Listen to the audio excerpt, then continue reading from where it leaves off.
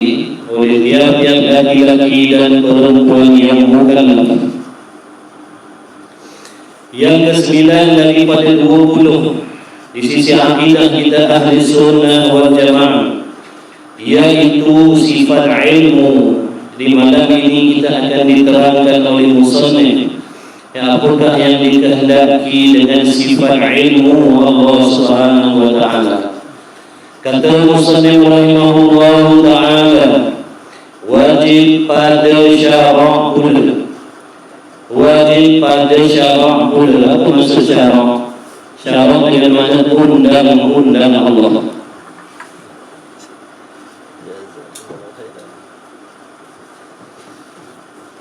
Wajib pada syarak pula, yakni wajib pada undang-undang Allah.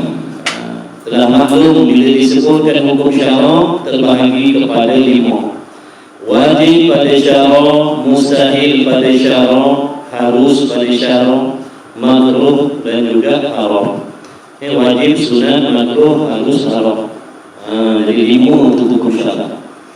Jadi di sini kata musannif wajib pada syarak, yakni apa arti wajib pada syarak? Perkara yang diperintah oleh Allah ke atas tiap-tiap laki-laki dan perempuan yang mukallaf.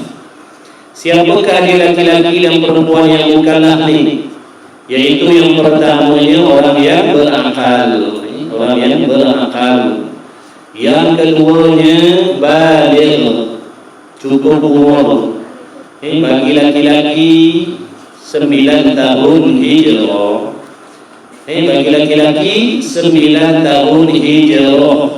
Umur baligh, umur baligh bagi laki-laki ialah 9 tahun hijrah.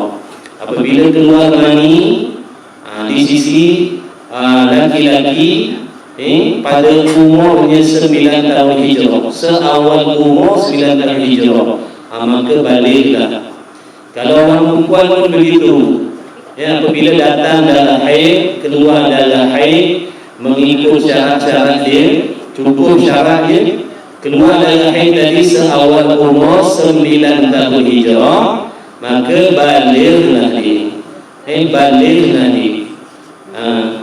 Seandainya tidak berlaku di sisi laki-laki tadi keluar mani, ataupun tidak berlaku di sisi wanita tadi keluar darah haid, maka dikira baligh apabila umurnya cukup 15 tahun hijrah. Maka jangan ditunggu sampai 20. Jangan ditunggu sampai 20 lah. Umur 9 tahun sampai 15 tahun hijrah tak keluar mani, tak keluar darah haid, maka dikira balighlah umur 15 tahun. Baik, syarat yang keempat bagi mukallaf iaitu sampai seruan agama Islam pada diri. Seruan agama Islam sampai pada diri. Ada mic tak berapa sedap, tak clear sebab dia echo dia. Boleh tak apa, insya-Allah. Jadi nak tanya juga. Dia kata bergema. Dia masuk dalam ni dia. Dia tak boleh adjust dia punya ni. Dia ada echo tu kan. Kalau untuk qasidah sedap. Tak boleh. Tak apalah nanti. Boleh ni buat ni insya-Allah. Bukan dia dekat, dia menangkap. Dah. Sebab dia echo. Baik. Berdengung dia sekarang. Bis. Baik, insya-Allah. Boleh. Baik. Jadi Allahumma salli ala sayidina Muhammad.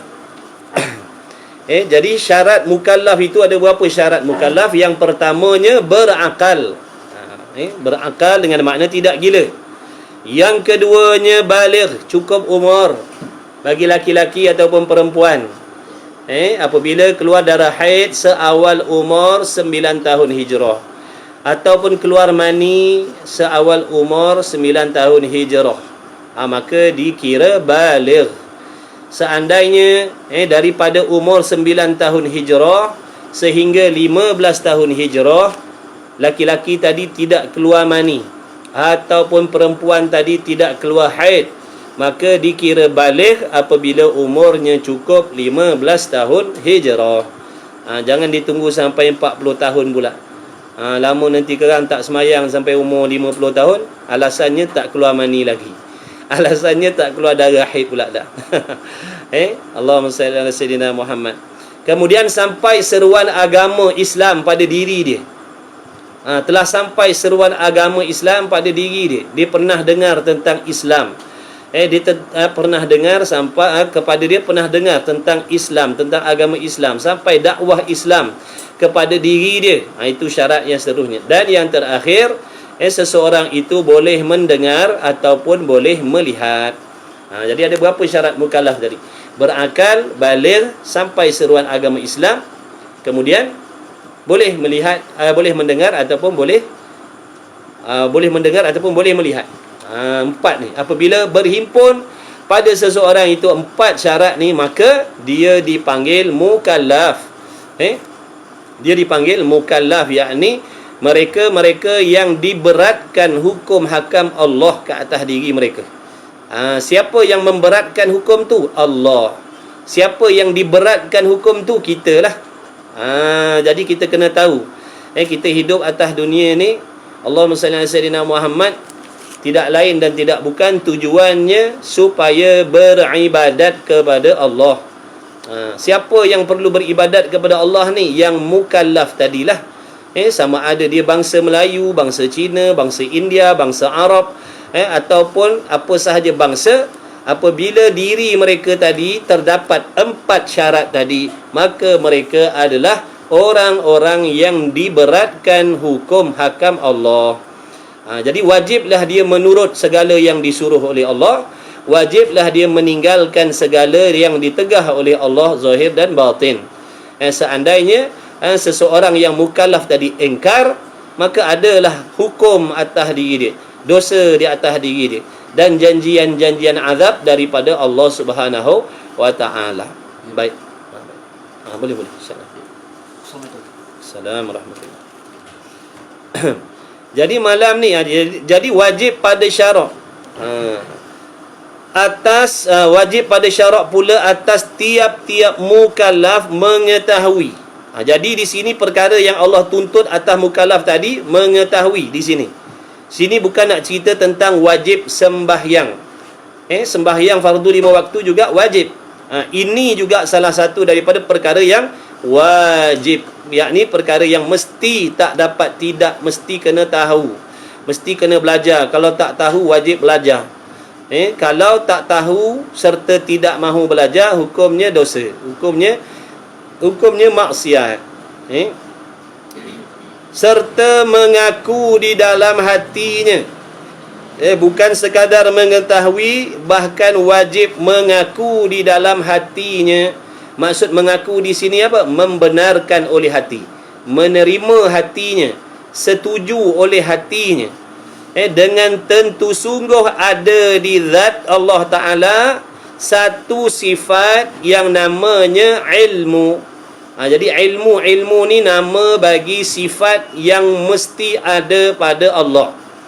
Ilmu adalah salah satu sifat yang mesti ada, wajib ada pada zat Allah Subhanahu wa taala. Kita dulu dah belajar dah hukum akal ada 3. Wajib akli, mustahil akli, harus akli. Ini termasuk di dalam kata wajib akli. Perkara yang akal kita menghukumkan mesti ada semata-mata, mesti ada sungguh-sungguh, tidak boleh berubah menjadi tiada. Iaitu mana? Sifat ilmu Allah tu. Jadi kalau ditanya apa hukum ilmu pada Allah, hukumnya wajib, mesti. Mesti setiap kita laki-laki perempuan, tak kira taat, tak kira maksiat, wajib beriktikad di dalam hatinya, wajib membenarkan, wajib beriman bahawa sesungguhnya Allah Subhanahu wa taala itu bersifat dengan ilmu, pengetahuan. Jadi malam ni insya-Allah kita akan lebih faham. Kita akan lebih mengerti dan mengenal Allah Subhanahu wa taala. apakah bagaimanakah yang dimaksudkan dengan ilmu Allah. Di sini nanti kita akan dapat membezakan di antara sifat ilmu Allah dengan ilmu yang ada pada selain Allah. Wajib kita kena tahu supaya dapat kita membezakan, supaya kita tidak menyengutukan Allah Ta'ala itu pada pihak sifatnya dengan sesuatu yang lain. Bila kita belajar, bila kita mendengar, bila dihuraikan, kita boleh membezakan. Oh, ilmu Allah begini, ilmu makhluk begitu. Mesti setiap orang mesti kena tahu ini fardu ain. Jangan kita anggap fardu ain ni ilmu budak kecil. Jangan kita ingat fardu ain ni ilmu budak sekolah tadika. Jangan. Banyak dah di kalangan kita yang umurnya 50, 60 tak lepas lagi fardu ain ni. Jangan kita kata malah nak belajar fardu ain ni. Fardu ain ni ilmu budak-budak. Na'udzubillah min zalik. Itu semua dengan sebab jahil. Dengan sebab jahil. Orang yang jahil akan menganggap fardu ain itu adalah ilmu budak-budak. Sehingga-hingganya yang dah dewasa duduk saja tak nak belajar fardu ain, sedangkan belum lepas lagi. Berapa ramai di kalangan kita yang dah memahami betul-betul sifat ilmu Allah sehingga boleh membezakan dengan ilmu makhluk. Apa perbezaan di antara pengetahuan Allah dengan pengetahuan makhluk? Kalau kita mendakwa diri kita dah lepas fardu ain, tentu kita boleh jawab, apa perbezaan ilmu Allah dengan ilmu kita? Kalau tak boleh membezakan, ini bahaya. Seandainya kita tak boleh nak membezakan ilmu Allah dengan ilmu makhluk, ini bahaya.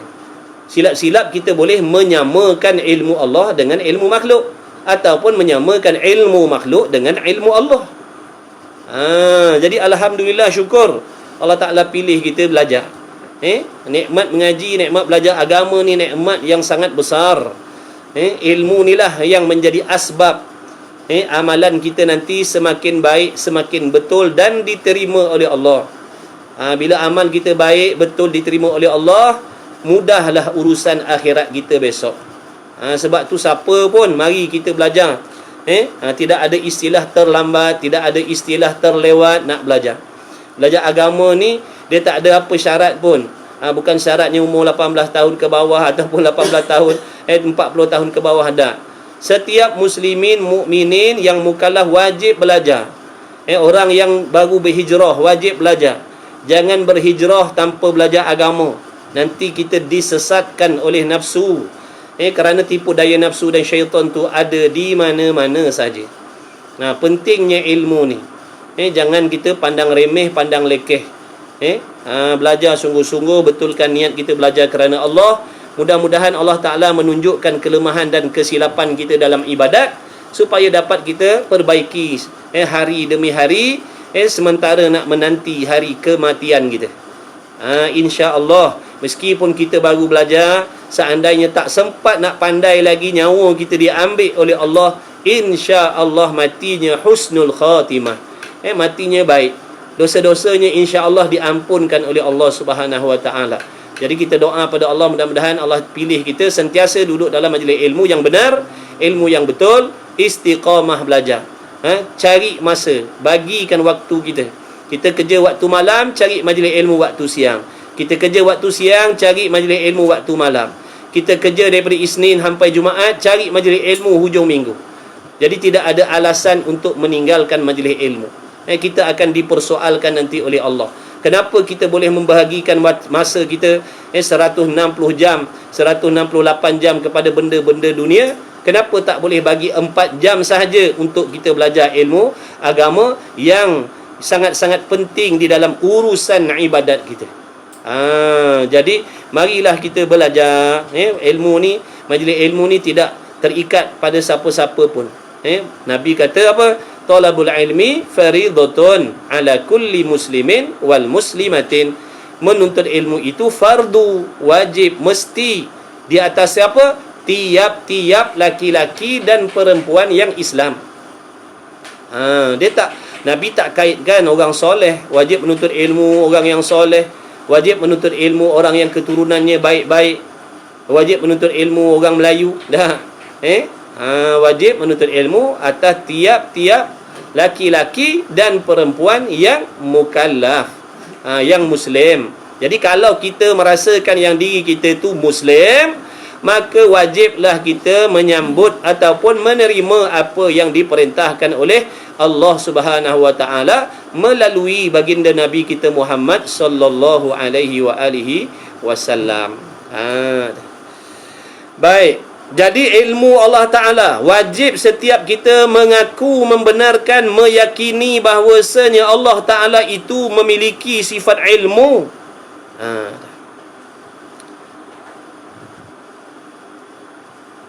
Erti ilmu, terjemah Melayunya pengetahuan. Ilmu ni terjemah Melayunya pengetahuan. Wajib Allah tu bersifat dengan pengetahuan. Dan tidak jahilnya, tidak jahilnya Allah, yakni sifat jahil lawan bagi ilmu. Jadi sifat jahil adalah lawan bagi sifat pengetahuan. Jahil ni makna Melayunya apa? Tak tahu, tak pandai. Dan yang seumpamanya, ingat tu, faham baik-baik. Jahil dan yang seumpama jahil. Oleh kerana tak faham bab ni, kerana tak faham masalah ilmu ni lah, na'udzubillah min zalik, ramai di kalangan manusia yang di dalam hatinya meletakkan sifat-sifat kekurangan pada Allah, yang mana perbuatan itu meletakkan sifat kekurangan pada Allah Ta'ala ini hukumnya riddah. Apa maksud riddah? Murtad. Na'udzubillah min zalik. Hukumnya syirik. Terbatal iman dan terbatal Islam. Akibat daripada apa tadi? Jahil, tak tahu. Sebab itulah Nabi SAW mewajibkan kita belajar. Tidak dinamakan ilmu fardu ain, melainkan ilmu tu sangat penting di dalam ibadat. Sangat penting untuk menjaga urusan ibadat. Kalau fardu kifayah kita tak nak mengaji, tak apa. Tapi kalau fardu ain kita tinggalkan, ini sangat-sangat berbahaya. Contohnya pengetahuan dia tentang Allah, dia tak ada. Dia tak ada kefahaman, pengetahuan tentang Tuhan. Hidup dah belas tahun, hidup dah puluh tahun, tapi tak kenal lagi Tuhan tu bagaimana sifatnya. Sedangkan nikmat Allah kita makan, kita ambil pagi, petang, siang, malam. Allah tolong kita dalam segala hal, tapi kita tak kenal Allah Ta'ala yang memberi nikmat kepada kita. Na'udzubillah min zalik. Wajib mengenal Tuhan. Mengenal Tuhan ni bukan makna mengetahui nama-nama dia. Mengetahui apakah sifat yang mesti ada pada dia, apakah sifat yang tidak layak dengan dia, apakah sifat yang harus bagi Allah tu. Sehingga kita boleh membezakan yang mana Tuhan, yang mana makhluk, supaya kita tidak jatuh kepada mensyirikkan Allah, menyengutukan, menyamakan Allah Ta'ala itu dengan sesuatu yang lain, sama ada menyamakan zatnya, sifatnya ataupun perbuatan dia. Jadi kita belajar betul-betul. Jadi sahabat-sahabat, kalau ada yang nak rakam, kalau nak ambil lah, kalau nak share lah, kalau nak ambil lah, boleh buat ulang kaji, insya-Allah saya izinkan. Ilmu ni ilmu Allah, bukan ilmu kita. Sebar-sebarkan, share-sharekan. Mudah-mudahan ramai lagi di kalangan kita boleh belajar sama-sama, boleh mengambil manfaat. Insya-Allah, amin ya rabbal alamin. Mudah-mudahan jadi jariah kita nanti di hari kiamat. Baik. Jadi jahil ni sifat yang mustahil bagi Allah. Apa maksud mustahil? Perkara yang tidak boleh diterima pada akal sekali-kali. Tak masuk di akal adanya jahil pada Allah. Jangan sesekali akal kita terima. Jangan terima. Akal tak boleh terima. Apa yang akal tak boleh terima? Sifat jahil pada Allah. Kalau terima, rosak akidah. Faham tu? Kalau terima, rosak akidah. Sebab tu mustahil maknanya perkara yang tak boleh diterima pada akal adanya sekali-kali. Bukan sekadar Mustahil tu perkara yang tiada, perkara yang tak boleh diterima pada akal. Contohnya mana? Jahil pada Allah. Boleh tak akal terima jahil pada Allah? Jawabnya tak boleh terima. Kalau terima, kufur. Kalau ada akal yang boleh terima jahil pada Allah, kufur, kafir, murtad, riddah, syirik. Terbatallah iman dan terbatallah Islamnya. Terhapuslah segala pahala amal ibadahnya. Na'udzubillah min zalik. Nampak tak tu? Bahayanya kejahilan. Betapa bahayanya kejahilan. Bahayanya jahil. Jahil ni boleh meragut iman. Jahil boleh meragut iman dan Islam seseorang. Banyak orang yang lahirnya Islam, matinya kufur. Sebab apa? Jahil. Nabi SAW pernah bersabda yang maksudnya pada malam Isra' dan Mi'raj, Nabi SAW diperlihatkan oleh Allah Subhanahu Wa Taala akan neraka. Lalu Nabi SAW dapati yang terlebih ramai penduduk neraka itu adalah di kalangan orang yang fakir, orang yang fakir miskin. Lalu sahabat Nabi SAW bertanya, adakah yang dimaksudkan orang yang paling ramai penghuni neraka itu adalah orang fakir harta? Lalu Nabi SAW menjawab, bukan. Bukan. Seramai-ramai penghuni neraka itu bukan orang fakir miskin, bukan orang fakir harta, bukan fakir duit, tetapi fakir ilmu. Nampak tak? Jadi adakah kita nak masukkan diri kita dalam golongan tu?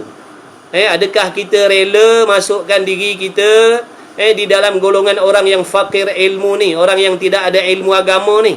Adakah kita nak anak isteri kita duduk dalam golongan orang yang fakir ilmu ni? Sebab Nabi dah bagi tahu dah tu. Kebanyakan penghuni neraka itu adalah orang yang tidak ada ilmu agama. Mudah fahamnya.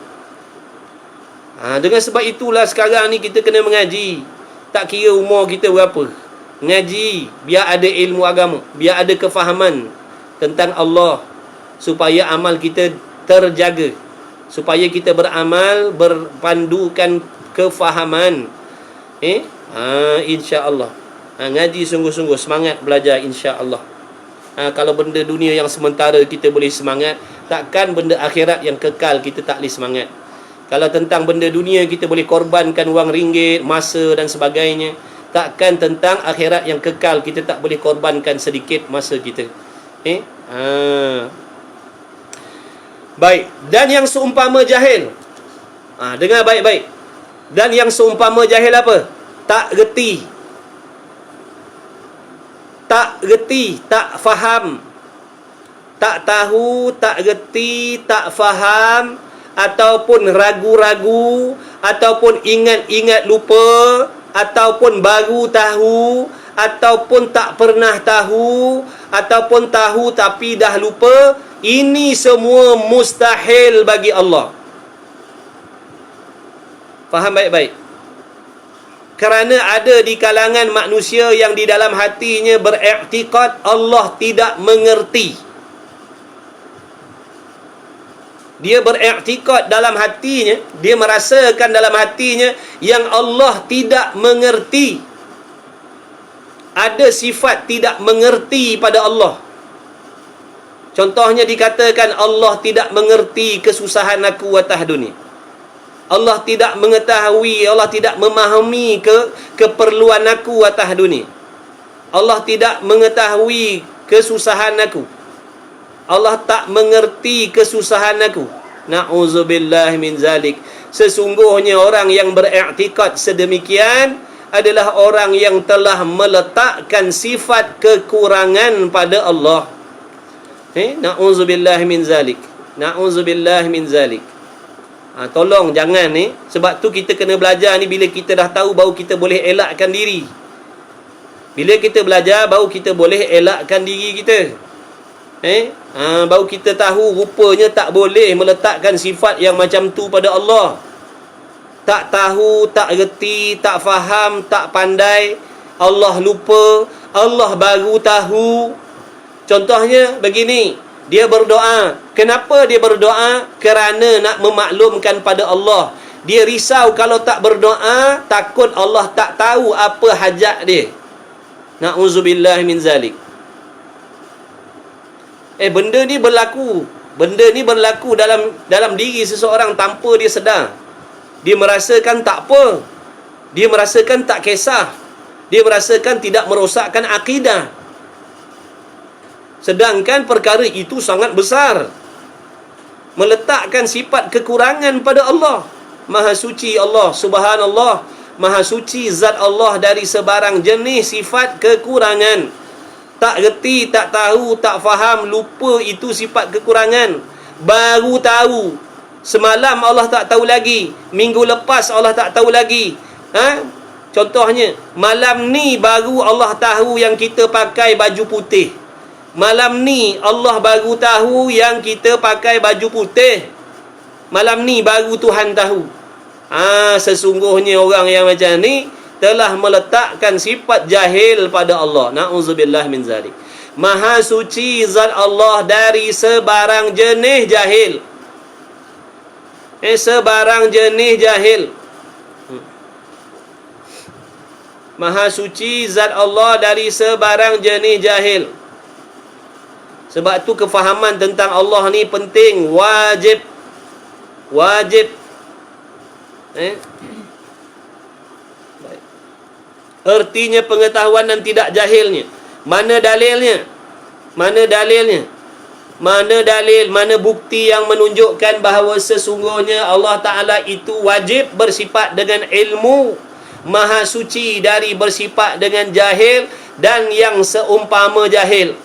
Dalilnya, buktinya adalah daripada Al-Quran. Firmanullah Subhanahu wa Ta'ala di dalam surah Al-Anfal, innallaha bikulli syai'in alim. Ini ilmu. Ta'alluq bagi sifat ilmu tidak sama seperti ta'alluq sifat kudrat. Dulu kita dah belajar sifat kudrat, sifat iradat. Kudrat dan iradat berta'alluq kepada perkara mungkin, perkara harus sahaja. Jangan disamakan dengan ilmu Allah. Ilmu Allah Ta'ala berta'alluq terhadap segala perkara. Kulli syai'in alimun. Tiap-tiap sesuatu itu alimun. Alim, sangat-sangat mengetahui. Ya Allah. Iaitu perkara yang bersangkut paut dengan yang wajib.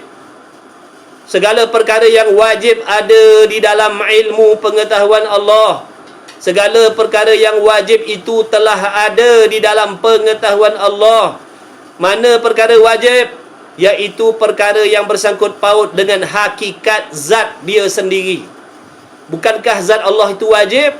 Ya, zat Allah itu wajib. Perkara yang mesti ada sedia kala lagi dan kekal ada selama-lamanya. Jadi Allah Ta'ala telah pun mengetahui tentang hakikat zatnya sendiri. Sejak bila Allah tahu? Sedia kala lagi telah ada dalam pengetahuan Allah tentang hakikat zat dia sendiri. Kemudian apa lagi? Masuk dalam perkara wajib yang diketahui oleh Allah, iaitu segala sifat kamalatnya. Segala sifat kamalat, segala sifat kesempurnaan Allah Ta'ala tu. Bukan sahaja sifat 20 ni, bukan sahaja sifat yang 13, bahkan segala sifat kamalat Allah yang layak dengan zat dia, yang tidak terhingga, yang tidak terhitung tu, semuanya segala-galanya telah ada di dalam pengetahuan Allah. Sejak bila? Sedia kala lagi. Jadi nama bagi ta'alluq sifat ilmu ni dipanggil apa? Ta'alluq inkishaf. Namanya ta'alluq inkishaf. Nyata maksudnya. Ta'alluq, apa makna ta'alluq? Urusan sifat. Ta'alluq bermaksud urusan bagi sifat. Pekerjaan sifat tu, tugasan sifat tu. Inkishaf. Ta'alluq inkishaf bagi sifat ilmu. Maksudnya telah mengetahui oleh Allah pada sedia kala lagi. Pada ilmu ni ada satu je ta'alluq, dipanggil ta'alluq suluhi qadim. Ingat tu. Bagi sifat ilmu ada satu sahaja ta'alluq, iaitu dipanggil ta'alluq suluhi qadim. Apa erti suluhi qadim? Bukan suluhi qadim, tanjizi. Telah lulus. Tanjizi qadim. Maaf, bukan suluhi. Tanjizi qadim. Ta'alluq tanjizi qadim. Artinya telah lulus pengetahuan Allah terhadap segala sesuatu sedia kala lagi. Yakni tidak ada permulaan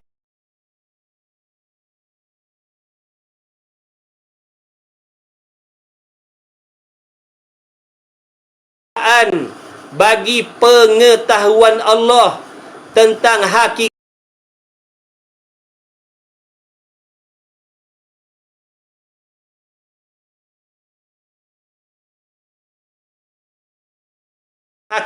segala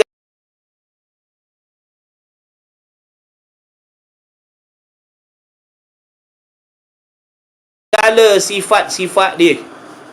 Faham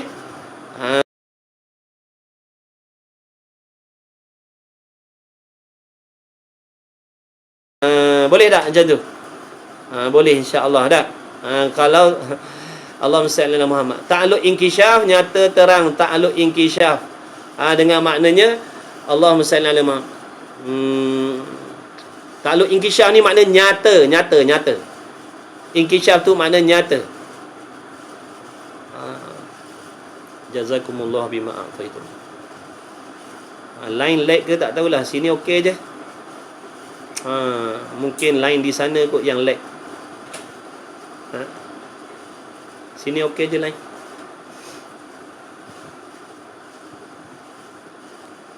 Baik jadi ta'alluq bagi sifat ilmu ada satu je. Ta'alluq bagi sifat ilmu ada satu sahaja yang dipanggil ta'alluq apa? Tanjizi qadim. Tanjizi qadim. Telah lulus mengetahui oleh Allah tentang segala sesuatu. Yang pertama, tentang perkara yang wajib. Apa perkara yang wajib? Zatnya Allah Ta'ala itu sendiri dan segala sifat-sifat kamalat Allah.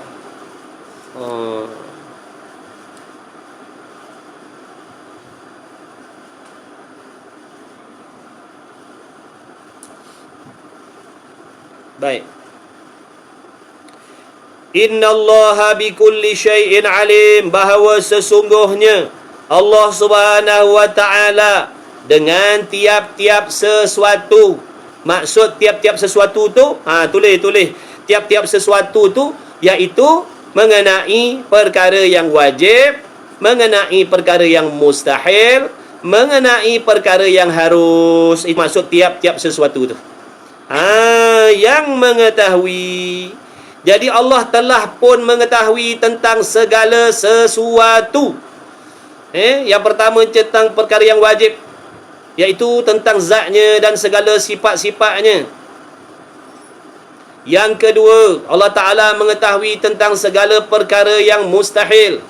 Allah Ta'ala mengetahui tentang segala perkara yang mustahil. Apa perkara yang mustahil? Lawan bagi perkara wajib tadi. Ada berapa banyak perkara mustahil? Perkara mustahil bagi Allah ni tidak terhingga banyaknya.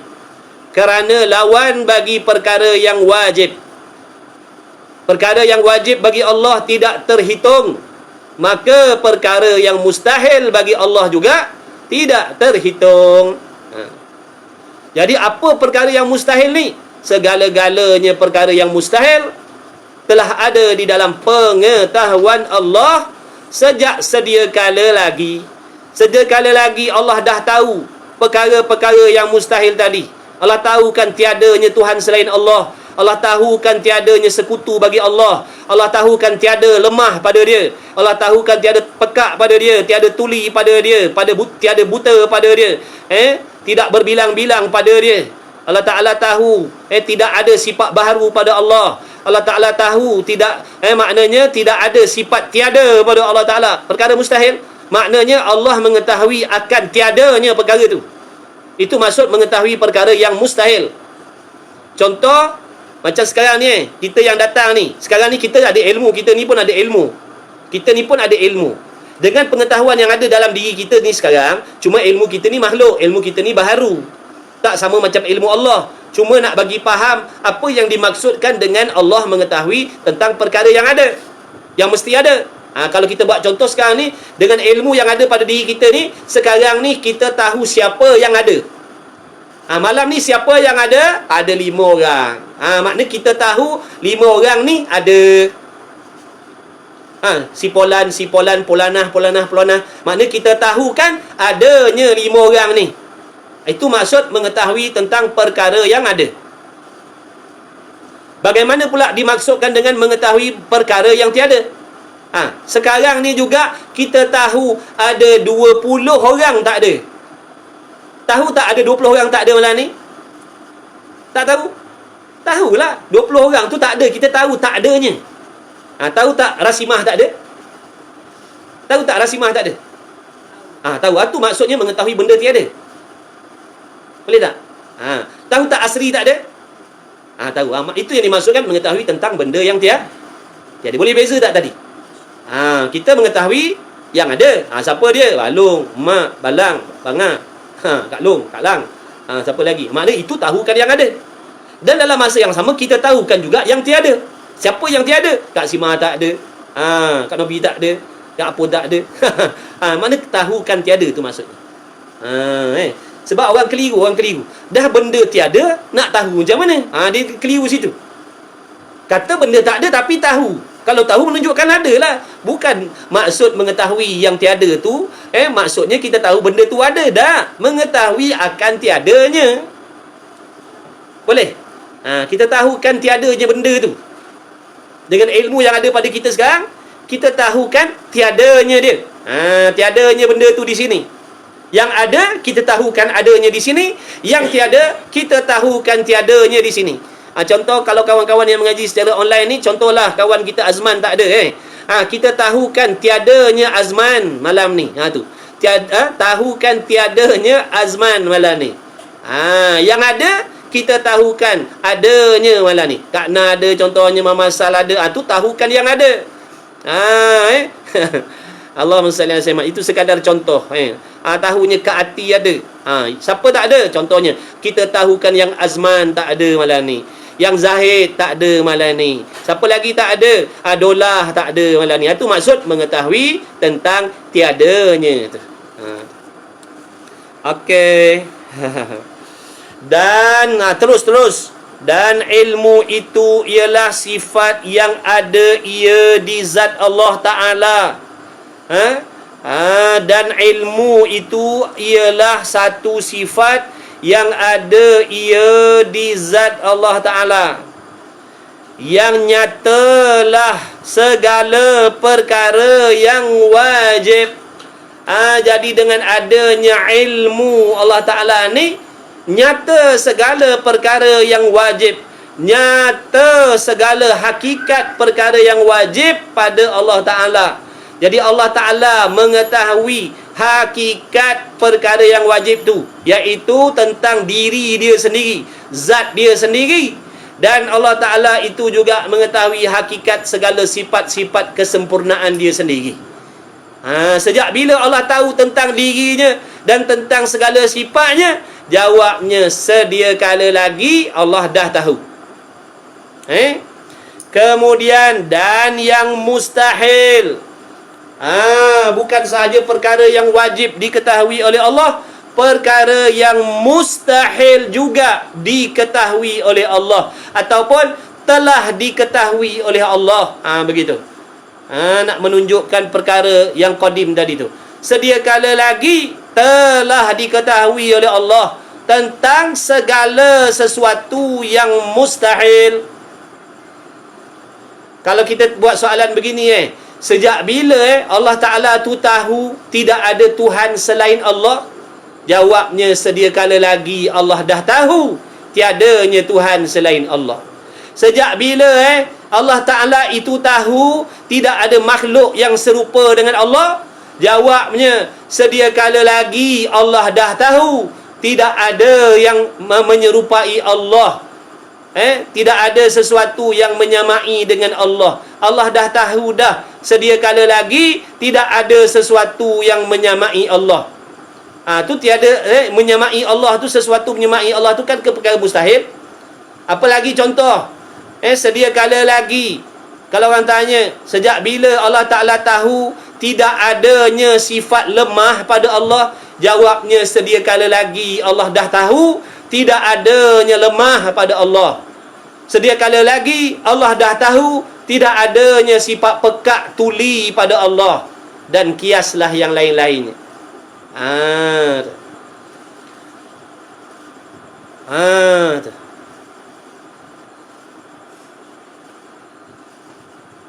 Baik. Boleh faham InsyaAllah kalau tak faham pun tak apa, ni ada buat rakaman ni. Nanti ada buat rakaman ni, boleh dengar-dengar balik lah. Boleh ulang kaji. Dan yang harus itu, nampak tak? Ni faham baik-baik ni. Dan yang harus ni, faham baik-baik ni. Dan yang harus. Apa maksud yang harus di sini? Yang bersangkut paut dengan kita alam. Yang harus ni maksudnya yang bersangkut paut dengan makhluk, yang bersangkut paut dengan mungkin, yang bersangkut paut dengan segala yang baharu. Tu maksudnya. Ulang balik. Ulang balik maksudnya Allah Ta'ala juga telah mengetahui tentang sesuatu yang harus. Apa maksud yang harus? Alam, ataupun makhluk, ataupun mungkin, ataupun yang baharu.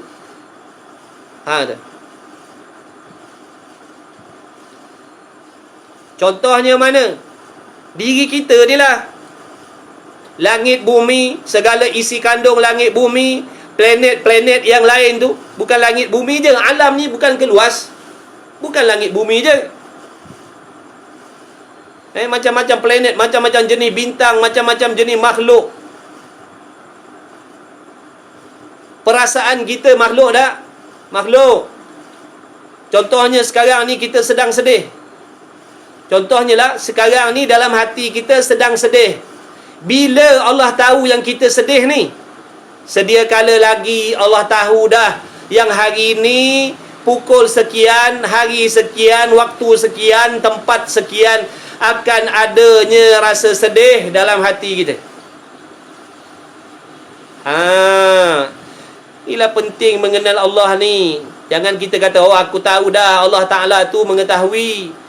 Tahu dah Allah mengetahui. Ya, tahu, faham ke tidak? Tidak semestinya benda yang kita tahu tu kita faham. Contohnya sekarang dalam hati kita ada rasa seronok. Perasaan seronok tu ada dalam hati kita sekarang. Soalannya, sejak bila Allah tahu sekarang ni ada rasa seronok dalam hati kita? Jawabnya telah diketahui oleh Allah sedia kala lagi. Tiba-tiba kita sakit kepala. Tiba-tiba sakit kepala ni tadi sekarang ni contoh sakit kepala, nyut kepala. Sejak bila Allah tahu yang sekarang ni kita sakit kepala? Jawabnya sedia kala lagi telah diketahui oleh Allah. Hari ni duit kita hilang. Sejak bila Allah tahu yang duit kita hilang hari ni? Jawabnya sedia kala lagi telah diketahui oleh Allah. Lepas solat sekarang kita tadah tangan nak berdoa, nak minta pada Allah begini dan begitu. Sejak bila Allah tahu apa yang kita nak doakan? Jawabnya sedia kala lagi telah diketahui oleh Allah apa yang kita nak ungkapkan dalam doa-doa kita tu. Sekarang ni kita sedang berkhayal sesuatu. Sejak bila Allah tahu ada sesuatu yang kita khayalkan dalam fikiran kita? Jawabnya sedia kala lagi telah diketahui oleh Allah. Apa yang kita khayalkan pun diketahui oleh Allah. Apa yang kita niatkan pun telah diketahui oleh Allah. Sejak bila? Jawabnya sedia kala lagi Allah dah tahu dah. Nampak tak? barulah kita dapat memahami maksud maha mengetahui tu. Barulah kita boleh faham, oh itulah maksud maha mengetahui. Itulah dikatakan pengetahuan Allah itu sempurna. Jadi jangan ada dalam hati kita pegangan yang Allah tidak mengerti. Jangan ada dalam hati kita pegangan yang Allah itu tidak faham perasaan kita, tak faham kesusahan kita. Jangan ada dalam hati pegangan yang Allah Ta'ala tidak tahu apa keperluan kita. Allah tak tahu ke kita ada laki, Allah tak tahu ke kita ada bini, Allah tak tahu ke kita ada ramai anak, Allah tak tahu ke apa yang diperlukan oleh isteri dan anak-anak kita. Jawabnya Allah dah tahu. Sejak bila? Sedia kala lagi Allah dah tahu. Inilah dengan sebab pengenalan yang sebeginilah serta keyakinan sungguh-sungguh di dalam hati mereka itu yang dipanggil arif billah tu, wali-waliullah tu, mereka tidak ada rasa resah gelisah dalam hatinya. Sebab apa? Telah mengetahui, meyakini segala-gala perkara yang dia perlukan telah pun diketahui oleh Allah sedia kala lagi. Sebab tu dia tak risau, dia tak bimbang. Sebab itu hatinya tenang, sebab itu hatinya lapang, sebab itu hatinya bersangka baik dengan Allah. Bukan sekadar Allah telah mengetahui, Allah Ta'ala tu pula bersifat dengan maha pengasih, maha penyayang. Bukan sekadar itu, Allah Ta'ala itu juga tidak bersifat zalim. Bukan sekadar itu, Allah Ta'ala itu pula maha berkuasa memberi segala sesuatu kepada kita. Allah maha kuasa mengangkat segala permasalahan yang sedang ada dalam hati kita sekarang. Maha kuasa Allah Ta'ala nak mengangkat, nak menghilangkan, nak membuang segala kesusahan yang kita hadapi dalam hidup kita. Nampak tak? Allahumma salli ala Sayyidina Muhammad. Inilah pentingnya tauhid. Inilah pentingnya ilmu tauhid. Inilah pentingnya mengenal Allah. Hari ini orang fitnah kita. Sejak bila Allah tahu ada orang akan fitnah kita hari ini? Sedia kala lagi, kalau kita belajar dalam bab iradat dulu, segala buruk baik yang berlaku itu dengan kehendak Allah, muafakat dengan ilmu Allah. Allah yang kehendak akan ada orang yang mengumpat kita, berdengki tentang kita, mengadu domba tentang diri kita, ada orang yang nak menzalimi kita. Semuanya telah diketahui oleh Allah. Bahkan Allah lah yang menentukan perkara itu berlaku pada diri kita. Hari ini ada orang datang sumpah seganah kita, berlakunya perkara itu dengan kehendak Allah. Allah dah tahu sedia kala lagi dah. Allah dah tahu dah sedia kala lagi dah. Allah yang kehendak akan ada orang datang mengumpat, mencaci, mencela, memfitnah kita. Kenapa pula Allah kehendak demikian? Jawabnya kerana Allah nak memberi ujian kepada kita, supaya kita sedar, supaya kita tahu, supaya kita yakin yang kita ni sangat-sangat berkehendak, berhajat, bergantung dengan pertolongan Allah. Supaya kita yakin, supaya kita tahu betapa lemahnya lah diri kita ni. Tak boleh nak menolak benda yang kita tak mahu. Nampak tak? Apa yang Allah kehendak pasti lulus. Selain daripada itu, Allah Ta'ala nak bagi kita pahala bersabar. Selain daripada itu, Allah nak bagi kita pahala sabar, supaya jangan membalas kejahatan dengan kejahatan. Supaya Allah nak bagi kita pahala redha dengan takdir Allah. Makna tilik kepada perkara ini berlaku dengan perancangan Allah. Wajib aku terima, wajib aku setuju, kerana yang mengaturkan benda ini adalah Tuhan yang maha mengetahui segala-galanya. Tuhan yang maha suci dari bersifat zalim. Inilah yang menyebabkan hati para wali-waliullah tu terdiam. Tak berani nak mengkritik, tak berani nak merungut. tak berani nak protes, jangan kata di lidah, walaupun di dalam hatinya senantiasa bersangka baik dengan Allah. Kita tak dapat macam tu sebab apa? Kita tak kenal Tuhan. Jadi ilmu ni, ilmu tauhid ni, ilmu nak mengenal Allah. Tapi kalau sekadar tahu, sekadar faham, tak boleh nak diserapkan dalam amal ibadah kita lagi. Maknanya belum masuk lagi dalam erti kata orang yang mengenal Allah. Nampak tak? Cuma pengetahuannya dah ada, kefahamannya dah ada, cuma tak boleh nak amalkan lagi. Contoh orang yang dah boleh amalkan, macam tadi tu, apa sahaja yang datang pada diri dia, sama ada perkara tu sedap tak sedap, dia senantiasa bersangka baik dengan Allah. Walaupun benda yang datang pada diri itu benda tak sedap, benda tak seronok, benda menyakitkan, tapi dia bersangka baik dengan Allah. Sebab apa? Dia dah mengetahui hakikatnya perkara yang berlaku dalam diri dia hari ini. Ada orang tohmah, ada orang fitnah, ada orang caci maki, semuanya berlaku dengan kehendak Allah. Allah yang atur untuk nak menguji sekuat mana, sehebat mana, setinggi mana kesabaran keimanan kita. Jadi bila kita dapat lalui benda tu tadi seperti yang diajarkan oleh Nabi sallallahu alaihi wasallam, walaupun yang datang kepada kita kejahatan, tapi kita redha, kita membalasnya dengan kebaikan, maka diberi pahala oleh Allah, dinaikkan pangkat dan darjatnya di sisi Allah, diampunkan segala dosa-dosanya oleh Allah. Inilah faedah dia kenal Tuhan tu. Sebab tu orang-orang macam tu, dia terkunci lidahnya nak bercakap yang tak elok pada Allah. Hatinya tidak ada sangka jahat langsung pada Allah. Bukan benda tu berlaku dengan sendiri tanpa Tuhan yang atur.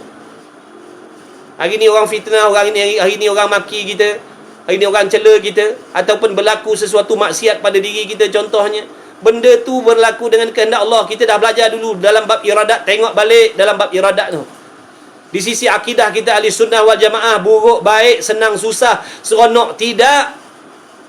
Yang berlaku dalam diri kita ni ataupun luar diri kita ni, semuanya dengan kehendak Allah yang bertepatan dengan pengetahuan Allah.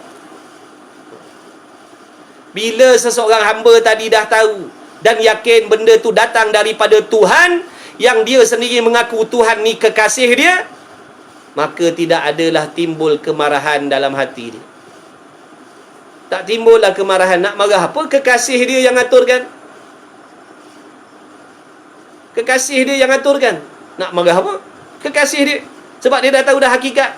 Sebab kekasih dia nak menguji dia sejauh mana kesabaran. Allah tahu.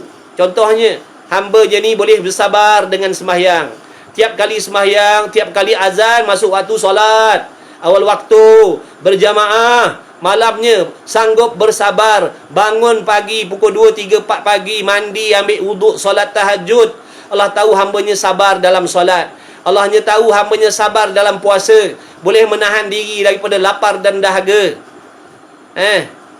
Maka Allah uji pula dia, supaya nak menyempurnakan kesabaran dia dalam segala hal, supaya dia menjadi hamba yang boleh bersabar, bersangka baik dengan Allah dalam segala hal. Jadi contohnya bila Allah uji kita, ada orang fitnah kita, lalu kita pun marah, kita pun membalas dengan kejahatan juga. Ada orang berdengki dengan kita, kita balas dengan kedengkian juga. Maka ketahuilah sesungguhnya iman kita, kesabaran kita masih lagi tidak sempurna. Boleh sabar dalam solat saja, boleh sabar dalam puasa saja, boleh sabar dalam haji umrah sahaja, boleh sabar dalam bab zakat sahaja, tapi tak boleh sabar apabila datang ujian, contohnya caci maki daripada manusia. Sehingga kita membalas kejahatan dengan kejahatan. Tahulah, dapatlah keputusan, barulah kita tahu sebenarnya masih nipis lagi kesabaran kita. Bila dah tahu, usaha lagi, perbaiki lagi, minta tolong dengan Allah sungguh-sungguh. Itulah hikmah dia. Itulah hikmah dia. Itulah hikmah dia. Nampak tak? Allahumma salli ala Muhammad. Bismillah, empuk minum Bismillah.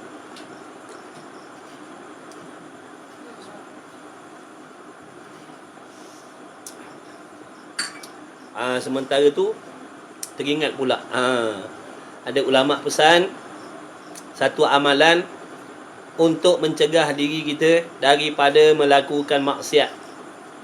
Amalannya simple sahaja. Mudah-mudahan berkah kita sampaikan, kongsikan. Contohnya sewaktu kita nak minum air, setiap tegukan itu dimulai dengan bismillah dan mengucapkan alhamdulillah selepas daripada kita duk telan. Waktu nak minum, bismillahirrahmanirrahim. Waktu telan, alhamdulillah. Lepas tu waktu nak teguk kali yang kedua pun begitu. Bismillah, tutupnya alhamdulillah.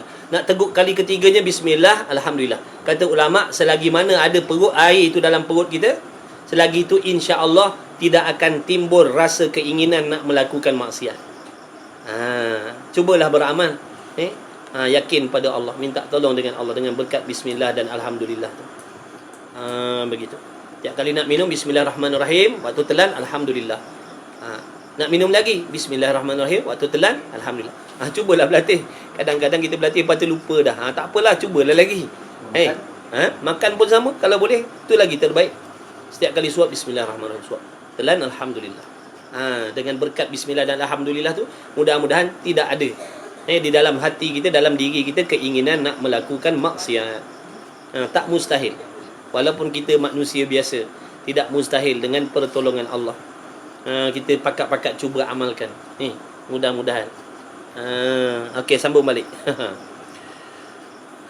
Itulah dia hakikatnya. Hari ni kita susah, hari ni kita tak ada duit, hari ni ada masalah dalam rumah tangga kita. Sesungguhnya perkara itu adalah datang daripada Allah. Ujian daripada Allah. Allah dah tahu sedia kala lagi. Allah tahu kita ada anak sekian, ada bini sekian, keperluannya sekian. Allah tahu dah. Sejak bila Allah tahu dah? Sedia kala lagi. Dah kalau dah tahu, kenapa tak bagi apa yang kita minta? Allah nak suruh, Allah nak bagi kita pahala sabar. Pahala sabar atas kesusahan ni tinggi. Tak boleh nak dibandingkan.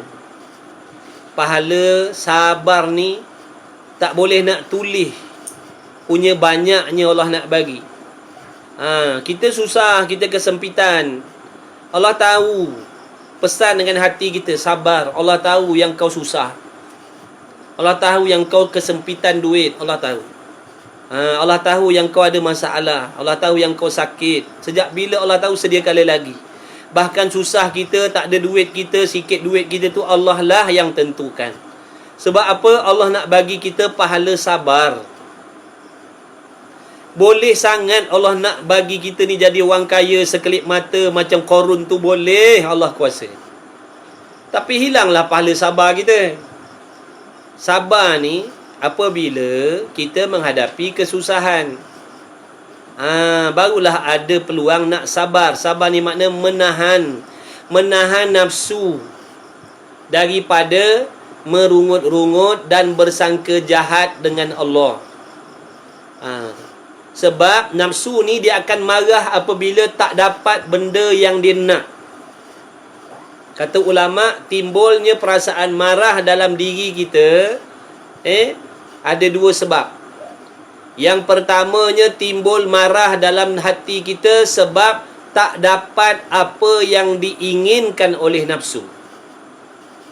Nafsu nak duit banyak, nafsu nak mewah, nafsu nak senang. Maka bila tak dapat mewah, kaya, senang tadi, timbul kemarahan. Jadi kemarahan ni kalau tak boleh dikawal dengan sabar, kadang-kadang dia boleh menyelinap masuk mempengaruhi anggota. Contohnya kemarahan tadi, yang dalam hati tadi tu, kalau tak dapat kawal, dia merebak ke lidah kita. Lalu marah tadi dia terjemahkan oleh lidah kita. Lalu lidah kita pun bercakaplah yang jahat-jahat. Lalu lidah kita pun merungut-rungutlah nak menterjemahkan marah tadi. Sebab apa? Tak boleh tahan. Boleh faham tak tu? Kadang-kadang marah tadi diterjemahkan dengan anggota. Dia pergi kat tangan, pelempang contohnya, dapat penumbuk sulung contohnya. Kadang-kadang marah tadi tu diterjemahkan pada muka kita, masam kerut muka kita. Nak menterjemahkan marah tadi, masam kerut muka kita. Allah bila kita belajar ni macam-macam benda boleh tahu. Macam-macam benda boleh tahu. Nampak tak tu? Bertuah orang belajar. Alhamdulillah.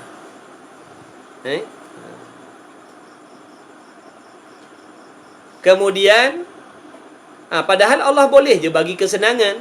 Padahal Allah Maha Kuasa tak nak bagi sebarang jenis susah dalam diri kita. Atas dunia ni. Maha Kuasa Allah nak jadikan kita ni tidak menghadapi sebarang jenis masalah pun. Maha Kuasa Allah. Tapi Allah kehendak datangkan macam-macam ujian yang menyusahkan kita. Sebab apa? Allah nak bagi pahala sabar tadi tu. Padahal tadi timbul marah, tapi dia sabar, dia kawal diri dia. Bahkan bukan lidah, hatinya pun dia kawal. Dengan sebab dia mengenal Allah dan memahami siapa dia Allah, dia sentiasa bersangka baik dengan Allah. Ini yang berlaku di sisi para nabi, para rasul, para wali-waliullah. Apabila mereka diuji dengan kesusahan, kepayahan, kesakitan, yang terbit daripada lidahnya bukan rungutan, tetapi alhamdulillah. Segala puji bagi Engkau ya Allah. Kerana Kau telah menguji aku seperti mana yang Kau uji kekasih-kekasih Engkau ya Allah. Alhamdulillah, aku dapat ujian yang sama. Seperti mana Kau menguji para nabi, para rasul dengan kesusahan, kepayahan, hari ini Kau uji juga aku dengan kesusahan, kepayahan, walaupun tidak seberat yang Kau uji para nabi, rasul. Alhamdulillah ya Allah. Terbaliklah, sebab orang dah kenal Tuhan, dia jadi macam tu, dia terbalik. Kita bila dapat benda tak sedap kan, innalillah contohnya. Mengungut-ungut, tapi mereka tak memuji-muji Allah. Alhamdulillah ya Allah, Kau nak bagi aku pahala sabar, Kau nak ampunkan dosa-dosa aku. Kau bagi kepada aku seperti apa yang Kau bagi pada kekasih Engkau. Aku ni bukan kekasih Engkau, tapi Kau bagi apa yang Kau bagi pada kekasih Engkau ya Allah. Kekasih Engkau tu Kau uji dengan kesusahan, kepayahan, kesakitan yang jauh lebih berat. Bukankah kita dah belajar di kalangan manusia hamba Allah ni yang paling berat ujiannya, adalah para nabi, rasul? Kan? Tiba-tiba Allah uji juga kita dengan kesusahan, kepayahan. Maknanya apa yang Allah bagi kepada para nabi, rasul, ujian, kesusahan, kepayahan, Allah bagi kita juga. Tilik daripada situlah tadi hamba-hamba yang mengenal Allah, yang memahami, dia kata alhamdulillah ya Allah, syukur, alhamdulillah. Itu sebab dikenal Tuhan dah. Kita ni tak lagi, jauh lagi. Sebab tu kita tak boleh sabar. Lidah kita duk keluarlah perkataan yang bukan-bukan. Orang yang macam tu, daripada lidahnya merungut-rungut, mengeluarkan perkataan yang tak baik, keluar kata-kata yang baik. Alhamdulillah, subhanallah ya Allah, Masya Allah ya Allah, subhanallah. Dia dah sumpah seganah dah. Tak sama macam kita yang tak kenal Tuhan. Jauh beza. Ingat ni, inilah tujuan kita belajar ni, supaya boleh serapkan dalam amalan kita. Jangan sekadar kita tahu Allah tu dah faham segala-galanya. Apa tindakan kita apabila kita dah tahu, dah sedar, dah yakin semua ini Allah yang aturkan, Allah dah tahu. Apa tindakan kita? Nak marah Allah ke? Nak benci Allah ke? Nak komplain pada Tuhan ke? Berani ke nak komplain Tuhan? Berani ke nak komplain Tuhan, sedangkan kita sendiri yakin dah Tuhan ni sempurna. Kalau nak banding pengetahuan, dia lebih tahu apa yang kita tahu. Berani tak nak komplain? Tak berani. Sebab itulah orang yang kenal Allah tu dia takut. Siapa yang mengenal Allah akan takut kepada Allah. Bila takut kepada Allah, jangan kata di lidah, dalam hati pun tak berani nak merungut. Sebab Dia yakin ilmu pengetahuan Allah tu tembus sampai ke dalam hatinya. Kalau ada rungutan-rungutan kecil dalam hatinya sekalipun, diketahui oleh Allah, menjadikan Allah benci dengan diri dia. Subhanallah, hebat orang-orang ni. Tak berani. Dalam hati pun tak berani nak sangka jahat dengan Allah. Tak berani nak merungut dengan Allah. Oh, dia takut. Takut Allah tahu ada rungutan dalam hatinya terhadap Allah. Takut Allah tahu dalam hatinya ada komplain dengan takdir Allah. Mudah-mudahan Allah bagi taufik kepada kita boleh beramal. Amin ya rabbal alamin. Perbaiki. Kita ni tak sempurna, tapi biar ada usaha ke situ. Mudah-mudahan dengan berkat Nabi Muhammad sallallahu alaihi wasallam, dengan berkat Nabi sallallahu alaihi wasallam, dengan berkat majlis ilmu, mudah-mudahan Allah bagi kita manfaat, boleh memanfaatkan ilmu, yakni kefahaman tu tadi. Mudah-mudahan ada kebaikan, ada perubahan. Usahalah, usaha. Setan nafsu memang ajak kita macam tu je. Kemudian apa lagi sebab timbulnya kemarahan dalam hati? Yang pertama tadi, datang kepada kita benda yang kita tak mau. Yang keduanya, timbul kemarahan kerana hilang benda yang kita suka. Hilang benda yang kita kasih, hilang benda yang kita suka. Bila hilang benda ni, timbul kemarahan. Maka perlu sabar pula kat situ. Sihat, kita suka sihat, tiba-tiba hilang sihat, timbul marah. Timbul marah. Sebab apa? Hilang benda yang kita suka, iaitu sihat. Timbul marah dalam hati. Kenapa lah Tuhan bagi sakit? Tu na'udzubillah. Jangan. Jawabnya, kalau kita tanya, kenapa kenapa Allah bagi aku sakit ni, kenapa? Jawabnya, Allah sayang, Allah nak bagi pahala sabar. Allah nak gugurkan dosa-dosa kita, sebab dosa kita terlalu banyak.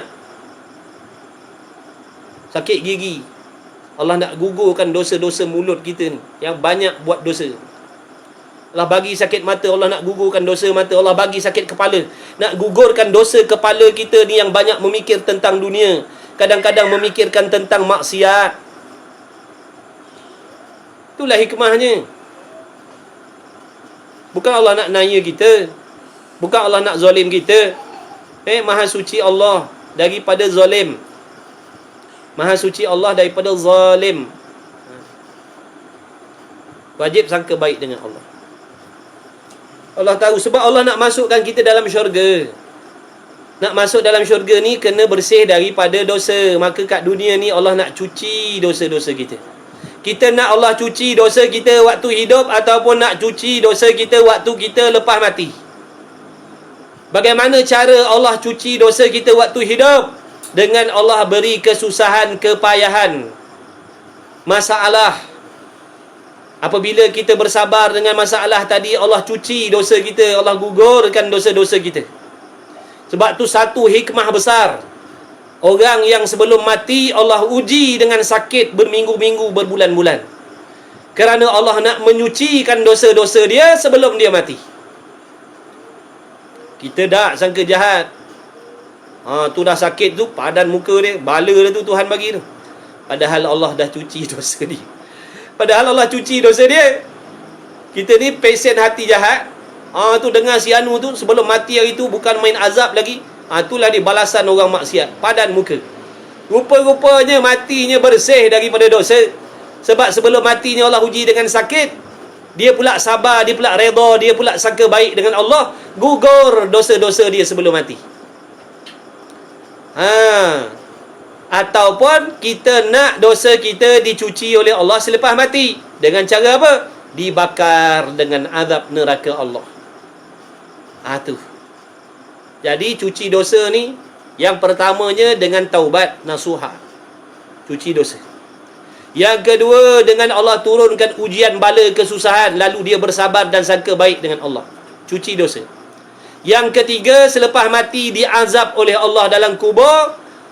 Diazab oleh Allah nanti waktu bangkit daripada kubur. Diazab oleh Allah waktu di padang mahsyar. Diazab oleh Allah waktu meniti titian sirat. Diazab oleh Allah waktu terjun dalam neraka. Selepas tu baru bersih daripada dosa, baru boleh masuk syurga tu. Jadi kita pilih, kita fikir, kita renung-renung nak yang mana satu. Nak masuk syurga tak? Kita jawab nak. nak masuk syurga? Jawabnya kena bersih daripada dosa. Jadi ada berapa cara nak cuci dosa? Ada 4 tadi. Yang pertamanya dengan taubat, yang keduanya sabar dengan segala ujian Allah, yang ketiganya apa tadi?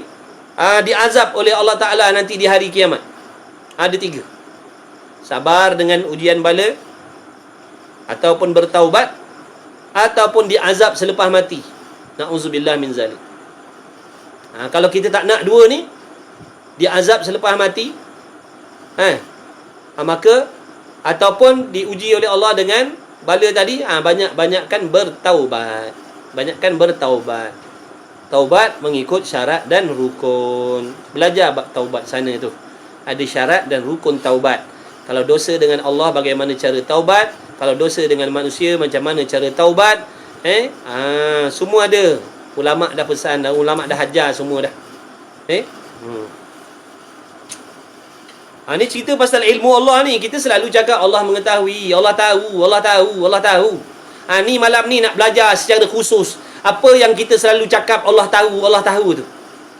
Mudah-mudahan malam ni bertambah lagi sempurna, bertambah halus lagi kefahaman kita tentang Allah tahu tu.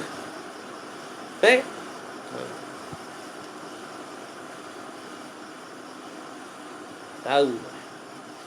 Sebab tu orang hebat-hebat tu diam hatinya. Diam hatinya. Tak berani ya Allah nak komen. Tak berani nak condemn takdir Tuhan. Tak berani, takut Allah marah dia. Takut Allah marah dia. Bila kita merungut, maknanya kita tak setuju dengan apa yang Allah atur. Besok kalau Allah tanya, kenapa tak setuju dengan apa yang aku atur? Adakah kau lebih tahu daripada aku? Macam mana kita nak jawab? Adakah kau lebih tahu daripada aku? Adakah kau lebih faham daripada aku? Macam mana kita nak jawab?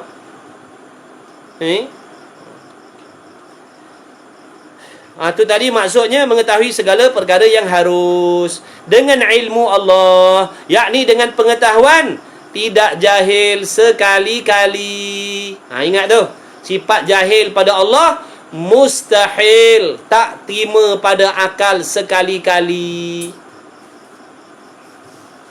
Ingat tu waktu kita berdoa, bukan bermaksud kita nak bagi tahu Tuhan. Kita berdoa tu kerana nak merintih-rintih, nak merayu-rayu saja, nak mengadu-ngadu saja, nak manja-manja saja, nak menzahirkan sifat kehambaan kita, nak menzahirkan sifat kelemahan kita, nak menzahirkan sifat pergantungan kita pada Allah. Bukan doa tu sebab nak bagi tahu Tuhan. Tuhan telah tahu segala-galanya. Bahkan setiap kalam perkataan yang keluar daripada mulut kita. Sekarang ni contohnya waktu saya sedang bercakap ni, dan waktu saya berdoa tu, perkataan yang keluar tu semuanya telah diatur oleh Allah sedia kala lagi dah.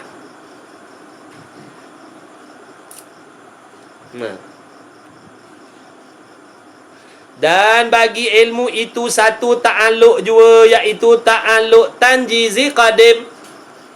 Tanjizi maknanya telah lulus, telah tunai, telah berlaku, sedia kala lagi, mengetahui oleh Allah. Tanjizi maknanya telah lulus, qadim maknanya sedia kala, telah tahu sedia kala, telah lulus mengetahui Allah sedia kala lagi, ataupun kita pusingkan, sedia kala lagi telah mengetahui oleh Allah. Sedia kala lagi telah mengetahui oleh Allah Ta'ala. Contohnya hari ni kita jalan-jalan, tayar kereta kita pancit. Jalan-jalan tayar kereta kita pancit. Bila Allah tahu kereta kita pancit tu? Sedia kala lagi lah Allah tahu dah. Bahkan pancitnya kereta kita tu juga dengan kehendak Allah. Adalah hikmahnya. Barangkali Allah nak menyelamatkan daripada bahaya yang ada kat depan tu. Boleh jadi kalau tayar kita tak pancit, ada malapetaka celaka yang lebih besar kat depan tu. Pernah berlaku kisah seorang waliullah. Bila dia jalan sampai satu roundabout, dia pusing. Dia tak jalankan Dia tak teruskan perjalanan anak murid dia dalam kereta pelik. Kenapa Tok Guru tak jalan terus? Bukankah nak pergi terus? Dekat roundabout dia pusing. Padahal jumpa dah simpang nak lalu tu. Pusing. Akhirnya dapat jawapan. Pada adatnya kalau dia teruskan perjalanan, dia akan terlibat dengan jambatan yang roboh kat depan tu. Subhanallah. Itu orang hebat-hebat, wali-waliullah. Allah Ta'ala bagi di karamah macam tu. Firasat dia tajam. Sebab tu kena takut dengan firasat orang mukmin ni. Lebih-lebih lagi orang soleh kena takut dengan firasat dia tu. Firasatnya tepat. Bukan sihir dah, daripada Allah.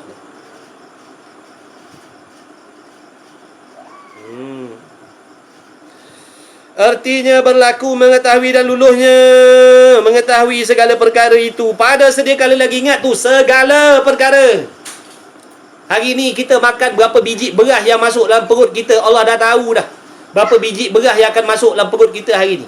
Apa makan minum kita hari ni. Semua ingat tu. Pacak dalam hati betul-betul. Semua, bukan ada benda-benda je. Semua gerak-geri kita. Berapa kelipan mata kita hari ni? Mata kita akan berkelip berapa kali hari ni? Dalam pengetahuan Allah. Bahkan kelipan mata itulah Allah yang aturkan. Hari ni mata kita melirik di mana? Mana jatuhnya pandangan mata kita hari ni telah diketahui oleh Allah sedia kala lagi. Subhanallah. Maha suci Allah. Maha hebatnya Allah. Maha sempurnanya ilmu pengetahuan Allah. Dah bila kita tahu, kita sedar, kita faham pengetahuan Allah macam tu, berani tak nak lawat? Berani tak nak komplain? Sebab tu orang yang kenal Allah ni tak berani komplain. Tak berani nak komplain apa. Dia mengetahui segala-gala. Ini kita cakap Allah mengetahui segala-gala, cakap di lidah. Tak sampai masuk ke dalam hati kita. Sebab itu ramai yang komplain hukum hakam Allah tu. Seolah-olah Allah Ta'ala menyuruh sesuatu yang Allah tak tahu. Na'udzubillah min zalik. Kemudian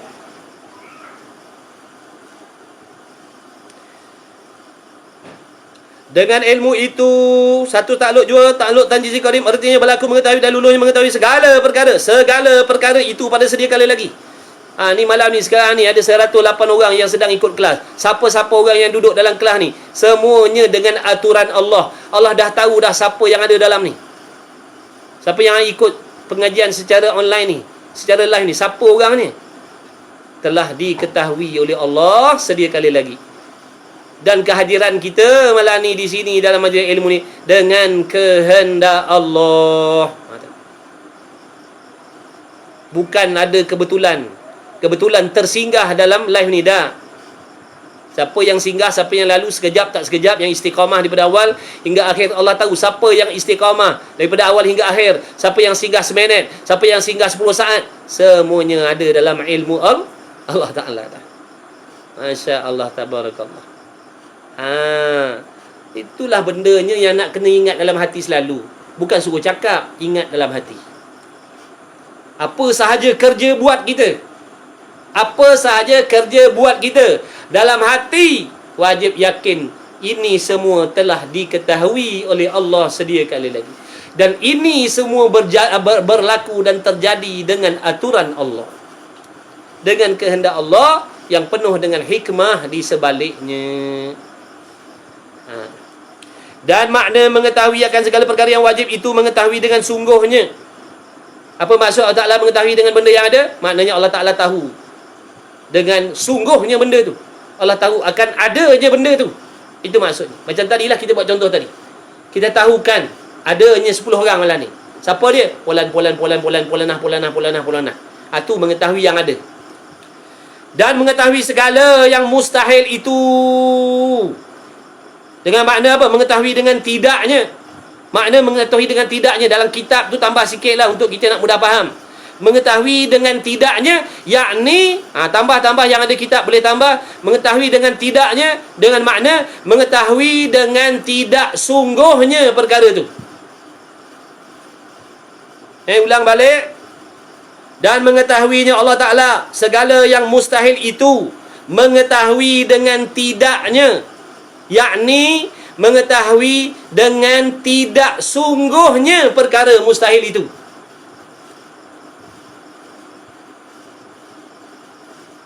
Dan mengetahui perkara yang harus itu. Dengan makna mengetahui, Allah Ta'ala mengetahui dengan segala perkara yang harus. Apa maksud? Mengetahuinya yang Allah akan ada. Allah tahu benda yang harus tadi. Ingat, benda harus ni benda yang boleh ada, boleh tiada. Benda harus ni maknanya makhluk. Benda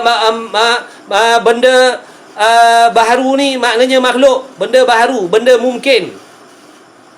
Dan mengetahui perkara yang harus. Kita ni lah harus. Alam ni lah harus. Segala perbuatan kita harus. Yang zahir, yang batin, yang nyata, yang gaib. Di dunia, di akhirat, di syurga, di alam jabarut, alam malakut, alam apa lagi. Segala jenis alam ni. Itu masuk dalam segala yang harus. Perkara, apa lagi perasaan kita, niat kita, khayalan kita, perbuatan kita, gerak-geri kita. Semua rezeki kita. Untung baik, untung jahat, taat, maksiat, iman, kufur. Semuanya tu masuk dalam perkara harus. Semuanya itu telah diketahui oleh Allah. Contohnya, mengetahui akan ada. Maksudnya, sedia kala lagi Allah dah tahu si Zaid ni akan ada 5 orang anak. Contohlah. Sedia kala lagi Allah tahu dah yang si Zaid ni akan ada 5 orang anak. Sedia kala lagi Allah dah tahu dah yang si Polan ni matinya kemalangan. Sedia kala lagi Allah dah tahu dah yang orang ni nanti di dunia rezekinya begian-begian. Sedia kala lagi Allah dah tahu dah si Polan ni umurnya begian-begian. Sedia kala lagi Allah dah tahu dah si Polan ni mengaji dengan sekian-sekian. Itu masuk segala-galanya. Segala-galanya. Zahir batin. Ni jantung kita ni duk-dap ni. Berapa kali dalam hidup kita ni, berapa kali jantung kita ni akan berdegup. Semuanya itu telah diketahui oleh Allah. Dan segala degupan jantung kita tu, kalau kata 1,000,000 kali berdegup, maknanya itulah jumlah itulah yang telah ditetapkan oleh Allah pada diri kita. Hari ni berapa kali kita hembus nafas, berapa kali kita tarik nafas, semuanya telah diketahui oleh Allah. Hari ni jadi hembus nafas, tarik nafas kita ni Allah lah yang kehendak, Allah lah yang jadikan. Segala urat saraf kita ni, dalam tubuh badan kita ni ada urat saraf ni. Darah mengalir begini, darah bergalir begitu, pergi ke sini, pergi ke situ. Semua tu Allah lah yang aturkan, Allah lah yang perjalankan. Makanan yang masuk dalam perut kita ni, yang diproses tu Allah lah yang proses. Allah lah yang menukarkan daripada makanan jadi tenaga, jadi air mani, jadi darah dan sebagainya. Ingat di jalan dia jadi dengan sendiri ke? Semua ditadbir oleh Allah Subhanahu wa ta'ala. Semua ditadbir oleh Allah. Kenderaan kita tu, kenderaan kita bergerak tu, yang menggerakkan piston-pistonnya, yang bergerakkan begini dan begitu dalam enjin tu Allah lah yang menggerakkan, bukan petrol. Faham baik-baik maksud segala-galanya. Ni ada berapa helai bulu roma atas tubuh kita, berapa helai rambut yang ada atas tubuh badan kita ni, di dalam pengetahuan Allah secara detail. Ada berapa atom, ada berapa zarrah dalam tubuh badan kita ni, ada berapa banyak molekul-molekul air di lautan tu, semua dalam ilmu Allah satu persatu. Malam tadi hujan, berapa rintik hujan yang akan turun membasahi bumi malam tadi, telah ada dalam pengetahuan Allah. Allah lah yang aturkan sebanyak tu yang turun. Apa lagi? Berapa banyak debu atas dunia ni. Setiap debu ni kata dunia, tak kira lagi planet-planet lain tu. Mataharinya, Mushtarinya, Zuhalnya, Plutonya, tu semua makhluk Allah tu. Ada berapa banyak malaikat, ada berapa banyak bintang-bintang, ada berapa banyak nikmat syurga. Subhanallah. Bila kita belajar begini, baru kita nampak, baru dapat rasakan maha hebatnya lah ilmu Allah. Sebab tu orang kata kalau tak kenal Tuhan, macam mana nak merasakan kehebatan Tuhan? Kalau setakat tahu Allah Kalau setakat tahu Allah tu mengetahui. Setakat tahu begitu, Allah mengetahui, Allah mengetahui. Orang kafir pun tahu macam tu. Allah tahu, semua orang tahu. Tapi kefahaman tentang pengetahuan Allah tu, ini yang dituntut supaya kita belajar, memahami. Inilah faedah mengaji sifat 20 ni. Kalau tak, kita ingat Tuhan tu macam kita. Itu yang berani condemn tu. Itu yang berani komplain tu. Tak kenalah Tuhan buat macam ni. Sepatutnya Tuhan buat begini. Tak patut Tuhan buat begitu. Tak patut Tuhan takdirkan begini. Tuhan tak tahu ke? Tuhan tak pandai ke? Tuhan tak tahu ke? Ini kita belajar ni. Kita banyak-banyak kan. Banyak-banyak taubat dengan Allah. Kadang-kadang lintasan-lintasan dalam hati, pegangan-pegangan dalam hati kita tu kadang-kadang merosakkan akidah kita. Na'udzubillah min zalik. Ini yang kita kena takut ni. Kena takut. Takut nanti berasa beriman, tiba-tiba mati rupanya tak beriman. Sebab apa? Rupanya dalam hidup ada pegangan yang salah terhadap Allah. Di antara perkara yang mesti kita kena takut, risau, bimbang, gerun, rosaknya iman dengan Allah. Daripada perasaan takut itulah nanti kita akan berhati-hati. Akan bertindak membuat sesuatu untuk menyelamatkan, memelihara akidah kita. Contohnya inilah belajar. Bila dah tahu, dah faham, banyak salah aku, ya Allah ampunkanlah, ya Allah. Baik, okey, sikit lagi lah.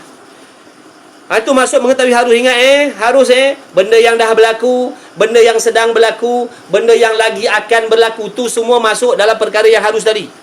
Contohnya akan adanya, mengetahui akan adanya atau akan tiadanya benda tu. Allah tahu yang benda ni akan hilang dalam tangan kita sekian hari, sekian minit, sekian jam. Yang mentakdirkan hilang tu Allah lah. Bukan benda tu hilang dengan sendiri. Allah kehendak hilangnya benda tu. Dan akan tiada atau akan tiadanya. Semua. Sebagai mengetahui yang nyata. Nampak tak? Nyata. Segala perkara itu dengan ilmu Allah Ta'ala di atas kelakuan bagi segala perkara itu dengan tidak terdahulu jahil dan berpapah. Ingat tu. Ini satu lagi. Benda penting. Allah mengetahui tiap-tiap sesuatu itu tanpa didahului oleh jahil. Ingat tu. Tanpa didahului oleh jahil.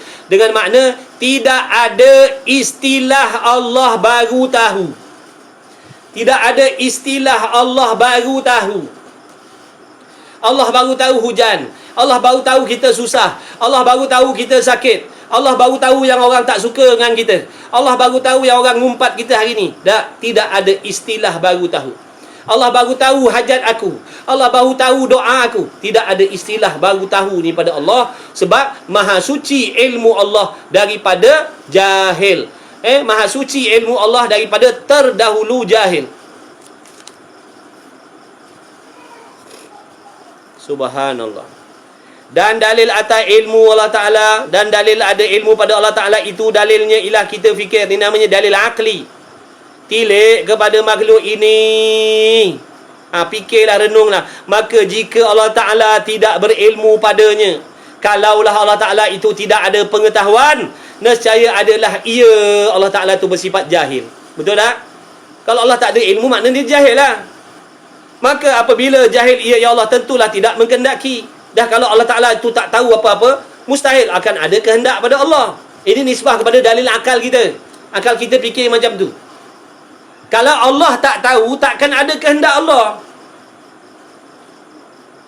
Contoh macam kita. Ada tak timbul keinginan dalam hati kita tentang sesuatu benda kalau kita tak tahu? Semua kehendak kita tu, nak ni, nak tu sebab dah tahu. Ini nisbah dalil akli. Ingat tu, ni dalil akal. Nak bagi faham. Adapun pada hakikatnya, ilmu Allah dengan apa yang Allah kehendak tu tidak ada dulu dan kemudian. Jangan kata ilmu Allah dulu, baru Allah kehendak. Dah. Ilmu Allah, kehendak Allah semuanya sedia kala. Faham? Cuma nisbah pada dalil akal kita.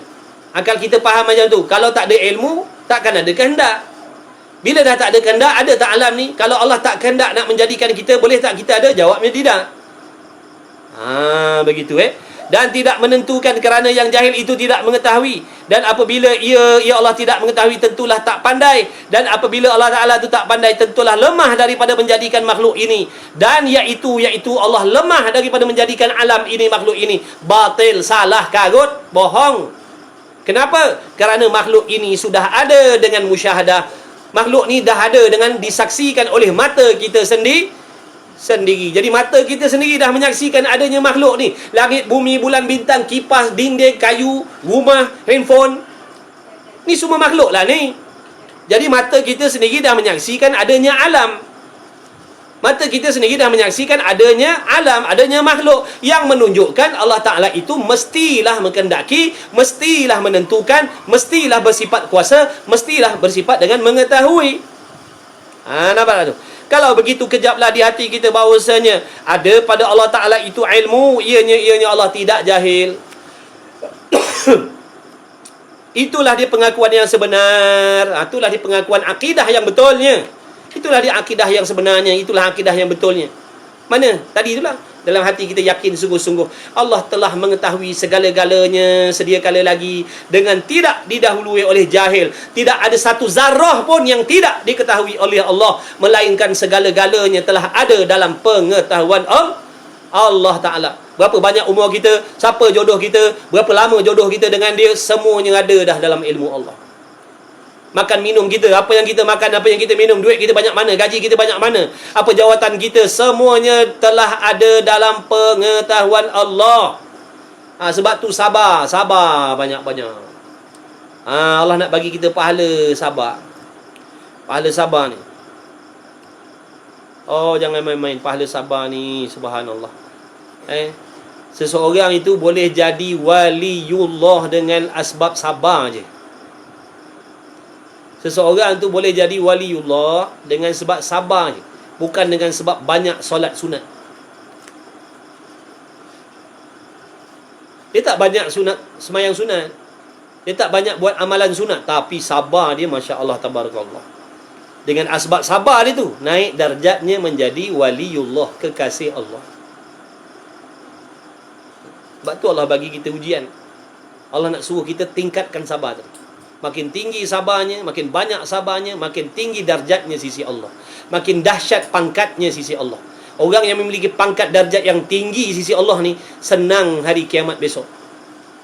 Orang lain hina, orang lain celaka, orang lain binasa, orang lain susah, orang lain sempit, orang lain sukar di hari kiamat besok. Dia dipermudahkan segala urusan akhirat ni. Ada yang masuk syurga tanpa hisab. Ada yang masuk syurga tanpa hisab. Ada yang masuk syurga tanpa sedar melalui jambatan siratal mustaqim. Hebatnya pangkat darjat sisi Allah sampai tak sedar mana sirat, mana jambatan sirat. Dulu waktu dunia pernah belajar, pernah dengar, nanti di hari kiamat akan melintasi titian sirat yang panjangnya memakan masa ribuan tahun akhirat. Ada, kalau tak silap saya ingat saya 25,000 tahun nak menghabiskan perjalanan di atas jambatan sirat tu. Bukan 25 hari, 25,000 tahun. Belum masuk syurga lagi. Di bawahnya api neraka Jahannam.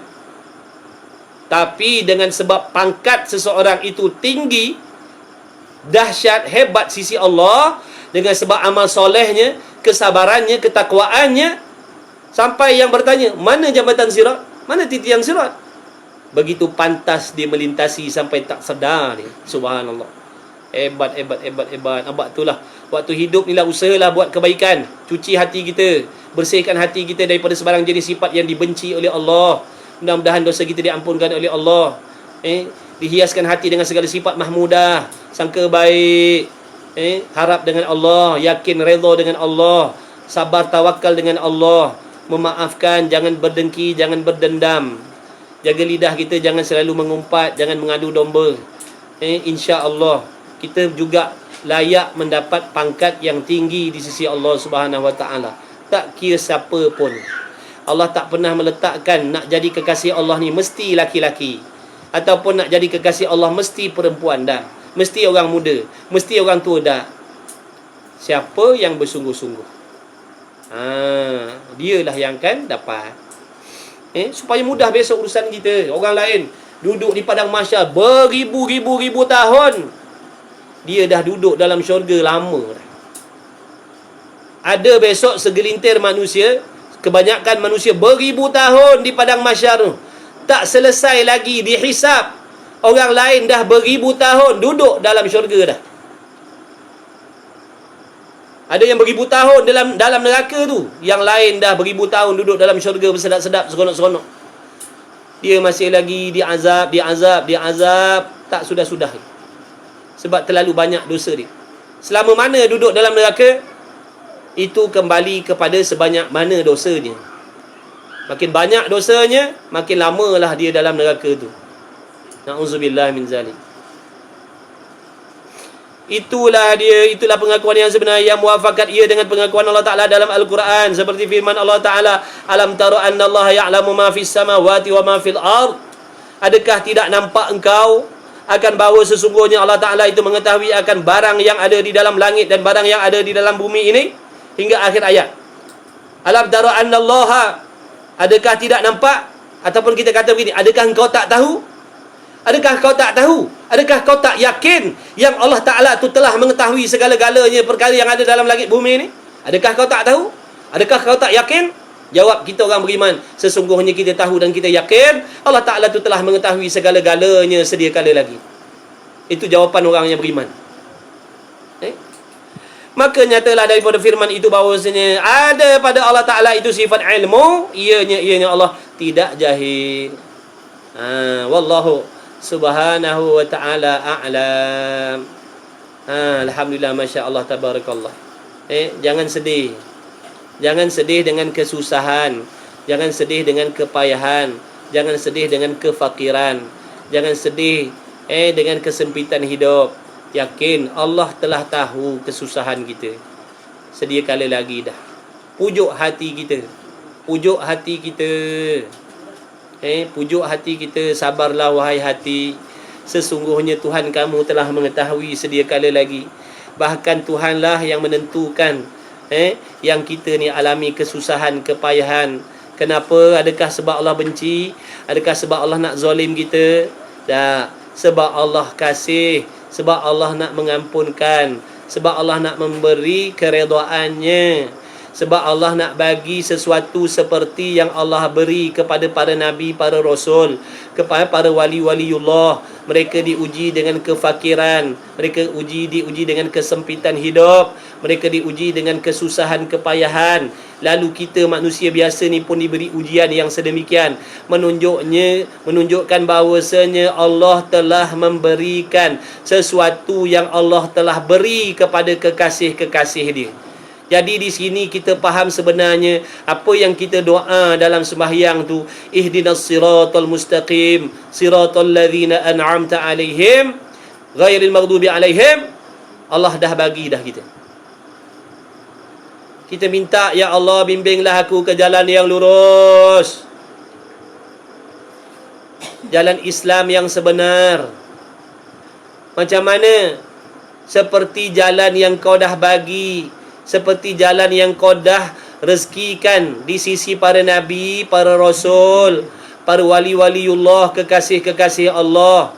Seperti mana yang kau bagi mereka itu, bimbing mereka itu, bimbing kami ke jalan yang sama juga, ya Allah. Jadi janganlah kita melatah dengan kesusahan, kepayahan, sakit dan sebagainya yang kita temui. Kerana itulah di antara maksud yang kita minta dalam solat. Kita minta Allah bimbing kita seperti Allah bimbing para Nabi Rasul. Minta Allah jalankan kita di jalan yang Allah dah perjalankan para Nabi, para Rasul. Cuba kaji balik, cuba tengok balik, cuba ingat balik macam mana perjalanan Nabi Rasul, macam mana perjalanan kekasih-kekasih Allah tu. Adakah mereka hidup dengan kesenangan, kekayaan, kemegahan? Tak, mereka duduk dalam kesusahan, kesempitan, cabaran, banyak orang benci, banyak orang tak suka, banyak orang fitnah, banyak orang maki hamun, banyak orang tak setuju, banyak orang tak suka. Maka Allah bagi kita benda yang sama. Sebab itulah yang kita minta. Maka pujuk hati kita ni sabar dan bersangka baik dengan Allah. Barulah kita akan mendapat kemuliaan seperti yang diberi oleh Allah kepada para nabi, para rasul tu, walaupun tak sehebat mereka itu. Nampak tak tu? Usaha perbaiki, minta kekuatan dengan Allah supaya jadikan kita orang yang sabar. Allahumma ja'alna min ibadikas sabirin. Wahai Allah, jadikan kami ni di kalangan orang-orang yang sabar dalam segala hal, ya Allah. Amin ya rabbal alamin. Cukuplah sekadar itu.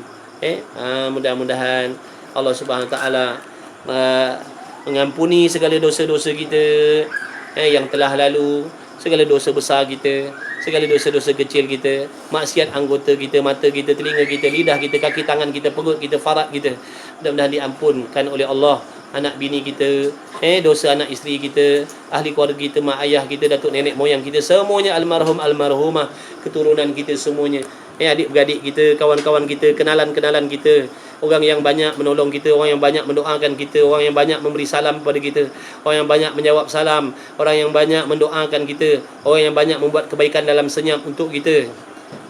Orang yang begitulah juga tidak ketinggalan orang yang tak senang dengan kita, orang yang sakit hati dengan kita, orang yang dengki dendam dengan kita. Mudah-mudahan sekaliannya diampunkan dosa oleh Allah Subhanahu Wa Taala dengan berkat junjungan besar Nabi kita Muhammad sallallahu alaihi wasallam. Mudah-mudahan dijadikan orang yang baik, orang yang sabar, yang sempurna imannya, sempurna makrifahnya. Mudah-mudahan Allah Ta'ala bersihkan hati kita semua daripada sebarang jenis penyakit yang dibenci oleh Allah. Mudah-mudahan Allah bagi taufik kepada kita untuk menghiaskan hati kita dengan sifat-sifat mahmudah. Mudah-mudahan Allah Ta'ala bagi taufik untuk kita beramal dengan segala ilmu yang telah diberi faham oleh Allah Subhanahu Wa Ta'ala. Mudah-mudahan semuanya husnul khatimah. Mudah-mudahan Allah Ta'ala ampunkan segala dosa-dosa ibu bapa kita, almarhum almarhumah yang dah meninggal dunia. Mudah-mudahan Allah hentikan segala azabnya. Mudah-mudahan Allah ampunkan segala dosa-dosanya. Mudah-mudahan Allah sampaikan segala, andai kata majlis kita pada malam ni ada ganjaran pahala daripada Allah, harap-harap Allah sampaikan kepada almarhum almarhumah keturunan kita yang telah meninggal dunia. Begitulah juga sahabat andai kita. Mudah-mudahan insya-Allah dengan izin Allah tidak ada yang mustahil. Itulah akidah kita, di antara akidah kita ahli sunnah wal jamaah. Allah Ta'ala Maha Kuasa mempersampaikan ganjaran pahala kepada orang yang telah meninggal dunia. Mudah-mudahan Allah beri kesihatan yang sempurna, keafiatan, kesihatan yang berkah. Mudah-mudahan kita dapat gunakan kesihatan kita untuk mendekatkan diri dengan Allah. Mudah-mudahan Allah memberikan rezeki yang halal lagi luas supaya dapat mempermudahkan urusan ibadat kita dan anak bini kita. Mudah-mudahan Allah Ta'ala memberkahi segala urusan kita. Mudah-mudahan Allah mengkabulkan segala doa-doa dan hajat-hajat yang tersurat, yang tersirat. Kadang-kadang dalam hati isteri kita ada hajat yang baik-baik, yang tak dapat nak ditunaikan. Mudah-mudahan Allah permudahkan. Kadang-kadang ada hajat dan hasrat, impian yang baik-baik dalam hati suami kita. Mudah-mudahan Allah kabulkan, Allah permudahkan.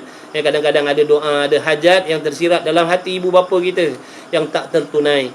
Sedangkan hajatnya baik, mudah-mudahan dipermudahkan oleh Allah, dikabulkan oleh Allah, dibalas oleh Allah sama ada di dunia ataupun di hari kiamat besok. Mudah-mudahan Allah Ta'ala jadikan kita semua istiqamah dalam belajar agama, sabar dalam ujian menuntut ilmu. Jauhkan kita semua, ahli keluarga kita, keturunan kita daripada terpesona, terpedaya dengan fahaman-fahaman yang merosakkan akidah, yang merosakkan syariat.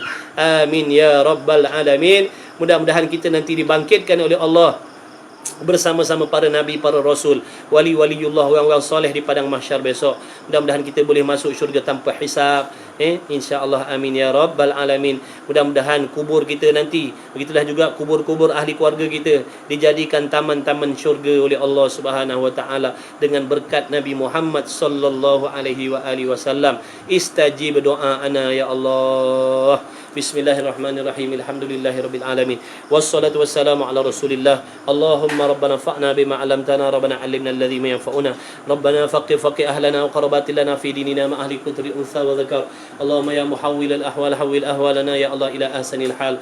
Allahumma ya Allah ihdinas siratal mustaqim, siratal ladzina an'amta 'alaihim minan nabiyyin was-siddiqin wasyuhada'i was-salihin wa hasuna ulaika rafiqa. Allahumma ya muqallibal qulub, tsabbit qulubana 'ala dinika wa 'ala ta'atika bi rahmatika ya arhamar rahimin. Allahumma ja'alna minat tawwabin wa ja'alna minal mutatahhirin wa ja'alna min ibadikas salihin bi rahmatika ya arhamar rahimin. Rabbana zalamna anfusana wa illam taghfir lana wa tarhamna lanakunanna minal khasirin. Rabbana hab lana min azwajina wa dhurriyyatina qurrata a'yunin waj'alna lil muttaqina imama.